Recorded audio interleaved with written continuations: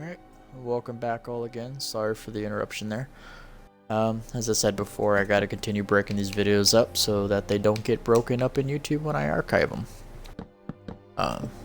Raw footage, nothing uncut. You'll see everything the way I build it, the way it's intended to be. Alright, so we're gonna continue on. I went ahead and just started adding the overhang trim. Again, this is just to make sure that the sides of the wall do not stay flat and boring. So we're going to keep going with this. So I decided that I want to add another overhang. Yeah, so we're going to go ahead and make this one an oddball here because it's really going to be thrown for a loop here. Okay. Think we can get away with that. No, that's not what I was intending. There we go. Okay. So we're going to try another overhang of 2. Try to match up with what we did before. We'll just do the same thing. Rinse, repeat. Over 1, up 2, over 1, up 2. Same pattern. Nothing's changed. It'll mimic that side, but it'll be slightly compared to the way this one's set up where it's directly in the center of the poles. This one won't have any center. We're gonna throw that in there, see how this comes out. If it doesn't come out great, we'll redo it. We'll just change it back, no biggie. I'm gonna try those.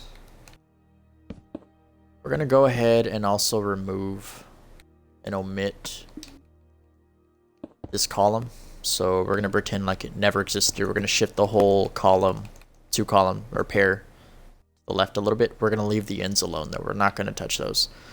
So we'll have a bit of a weird number, like we'll have an opening of 3, an opening of 2, an opening of 4, but that's okay. The goal here is to make this as asymmetrical and anti-flat, if that's even a word. It's possible. We'll also change those sideways so you can't see that there used to be something there. Okay, we'll do this, this, and we're good.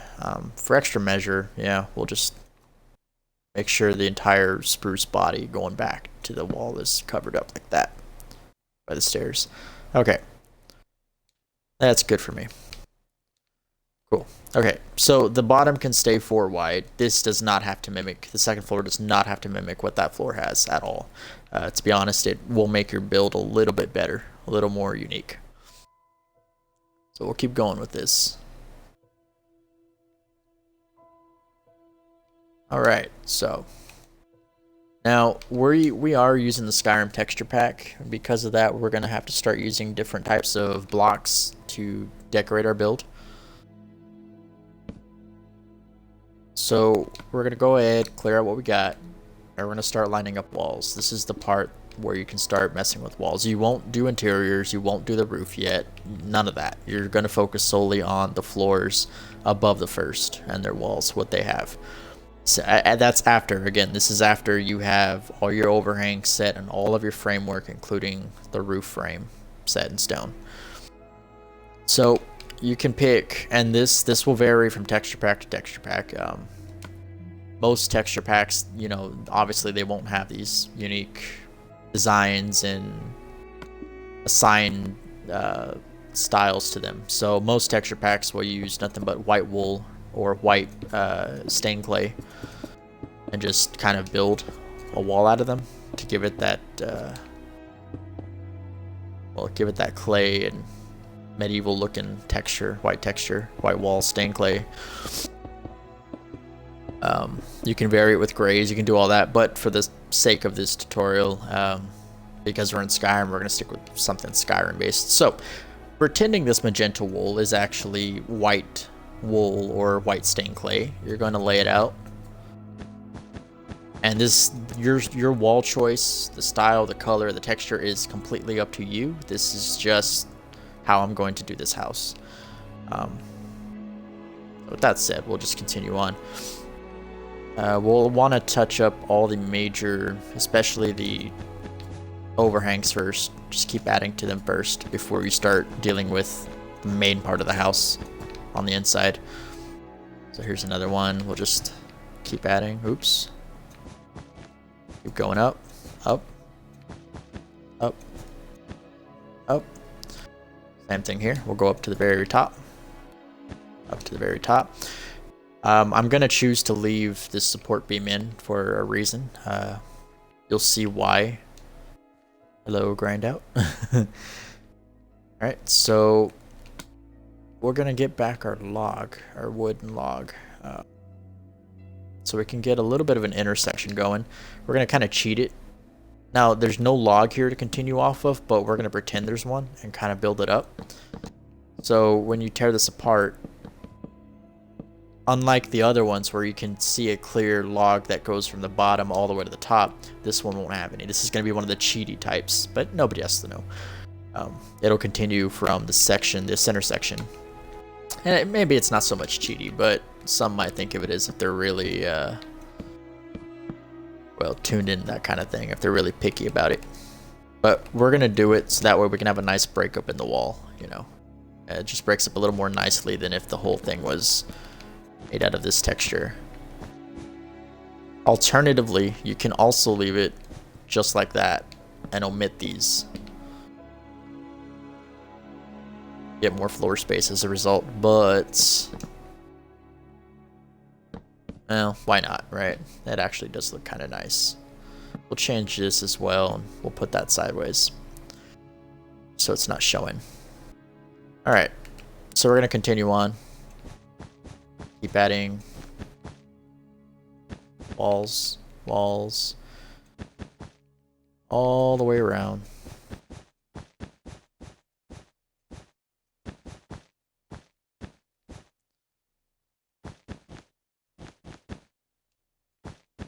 We'll get rid of that torch there. And just like before, you can simply omit certain walls and all. This is a tricky part here.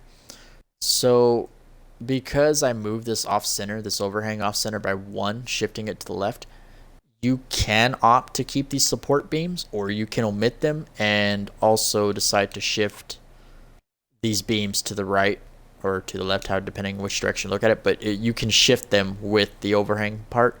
The only problem to that is when you do that, these support beams going across will no longer connect, since it'll be now here and this will go into nothing. But that's totally fine. If you want it that way, you can. I think for this tutorial, yeah, I think we will keep it a little bit simpler. What do you guys think? Maybe, so it will have to come off here, so this can be its own little cubby hole if you want it to be. Or you can just completely remove that and have it that. Let's see. For the sake of argument, we'll move it.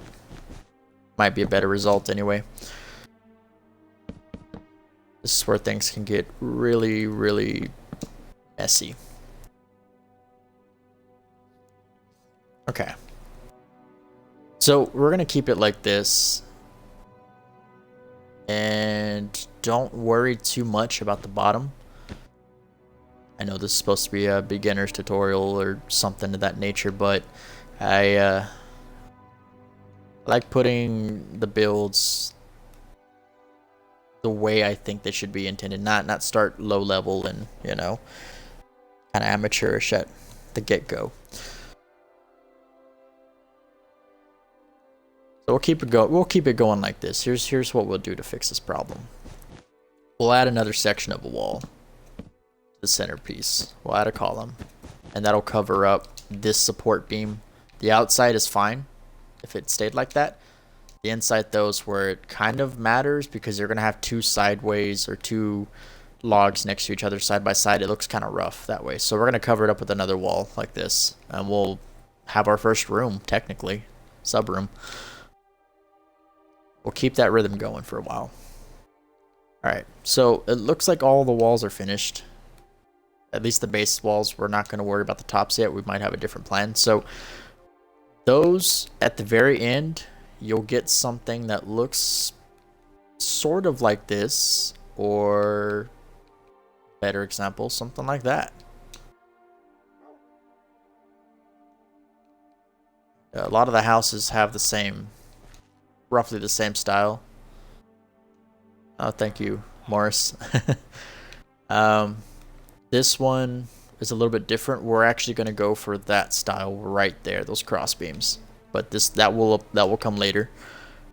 You have other houses that don't use the white, and you can simply just use birch wood or any other type of material you think would work best. Personally, for houses, I wouldn't go too much into stone for second and third floors. Anything above a first floor should not have stone. If you're trying to get a more elegant look to it, like if it's a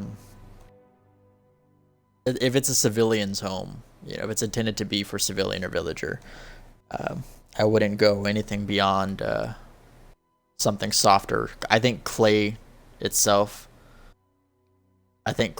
would just be a borderline kind of thing to use. And then after that would be wool. Nothing, I wouldn't use stone brick up here or cobblestone. Let's see. All right.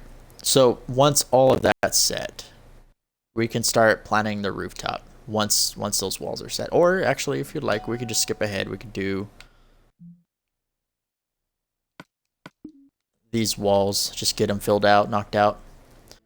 So I'm going to go with a different style. Again, this will vary on texture to texture pack. You can mix this up however you'd like, but I would pick a texture that you think looks good.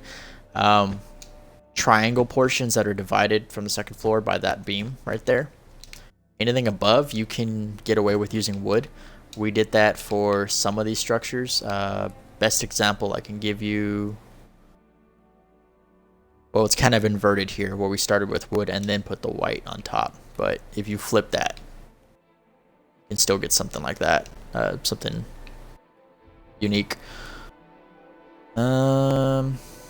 We'll go ahead and keep that for now. If we don't like it, we'll come back later and we'll change it up. You're gonna go ahead and cut out the visuals on that overhang roof. You don't need to see it from the inside. It'll be fine. Alright, so the roof is perhaps the hardest, most difficult part to do.